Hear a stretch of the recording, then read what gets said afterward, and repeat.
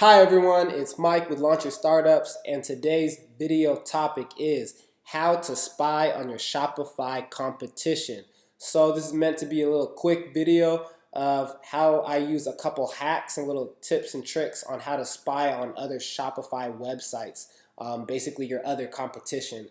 And I use these methods to kind of help me figure out what I want to do as a next product, because I want you guys to see that you should not reinvent the wheel. You don't need to invent something brand new to be successful on e-commerce online.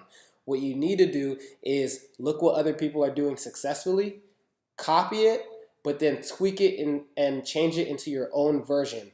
Find a way where you can brand that popular, that successful product into your own, and then fill a specific niche or an underserved market by creating that brand, and then that's how you can do it. But please don't reinvent the wheel. Find what's successful out there, copy it, and just tweak it to your own brand. Let's get started. All right, so the very first thing I do when I want to spy on other Shopify websites is this thing called MyIPIMS. And you might have heard about this before, but if you haven't, you go onto myip.ms and you type in this web IP address right here. So just hit pause, take these and put it into myip.ms, leave everything else blank, and when you search this, click search.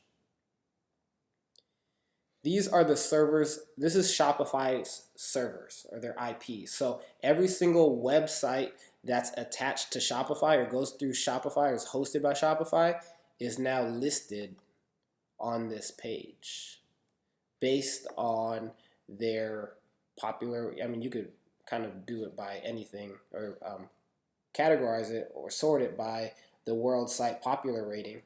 So like this, you can see that ColourPop over here is one of the #1 websites. You can see here Gymshark.com is one of the most popular websites that's hosted by Shopify. Okay, so these are just little, you can see I talked about movement watches before. They're hosted by Shopify. So you can see they're all connected to Shopify Inc. Their hosting is in Canada, and like in the world, they're the 17,286 most popular website. So this is just a little trick that I use, and you can see all, I mean, the first couple pages are mainly like the really popular brands. Sometimes celebrities have their own websites, and you can see that. I mean, like Yeezy Supplies, Kanye West's website is through Shopify. So you can kind of see these little things that are out there that are going through Shopify. So when you're doing part of your research or you want to spy on other companies that you might not know if they go through Shopify, there's a lot of professional companies that go through them. And what I like to do is see, I like to go into deeper pages. If you like go into the 6th or even like 8th page, you can see that there's other companies out here that aren't like those well-known brands, but are still doing well on Shopify. Because I mean, if you're making like the top 500,000th website, you're doing pretty well in terms of traffic. If you get a lot of traffic to your website, it's all about conversions. And we can go into that, and I can show you guys how I do this and kind of figure out more information about a certain website. So like if we go into, let's just see something that catches my eye. So if we go into something like mnmlcase.com, so minimalcase.com, you click that, you can see that their website is powered by Shopify. And look at this. What they really focus on is they like to have that minimal case design. It's zero branding. They sell it for $14.99. And I guarantee you can find this same iPhone case on Alibaba for maybe $2 to $3, even less than that. You can find it for $1.25, and they're selling it for $14.99. Okay, so you see that they created this brand. They look professional. They're not just throwing in random iPhone cases, iPhone X cases here for you to see. and then will confuse your customers. So like just take a look at their branding and kind of figure out, or just this is a good example of a branded company and not a drop shipping company. Okay, so take a look at this. What you do, another trick I like to do is I like to copy the domain, and I like to go on something called Worth of Web calculator. And what you do is here is find out the website value calculator, so you can find out how much they're worth. But I don't use it for their estimate and how much the website's actually worth. I go on here to check out the traffic. So you can see here their estimated worth on their website is 23,000 just based on this website. I don't really focus on that because I don't really care too much about that. This is like ad revenue per day. Don't really focus about that. This is what I care about. Their website traffic estimate, 717,000 per month. In a single day, they bring almost 5,000 visitors per day. Okay, so I mean, if we did the conversion rate of, so let's just type in calculator. So if you take in 4810, so they get 4,810, and you times that by a conversion rate, rule of thumb of 2%, they get about 96 orders a day. And if you saw their website, they're selling about $15 a pop. $96 times about 15. This is their revenue.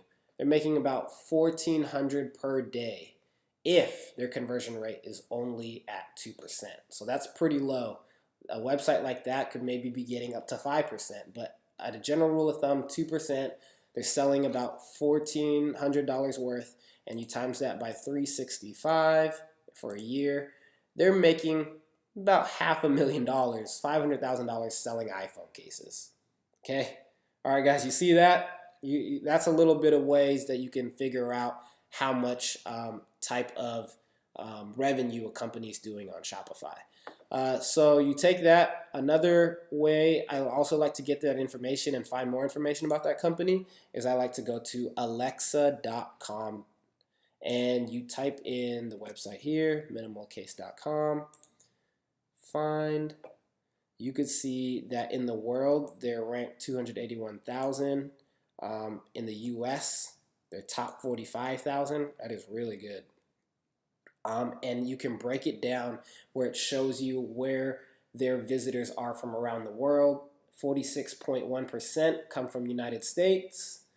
You can see that their bounce rate is pretty high. So bounce rate means people that visit the site and the first thing they do is X out.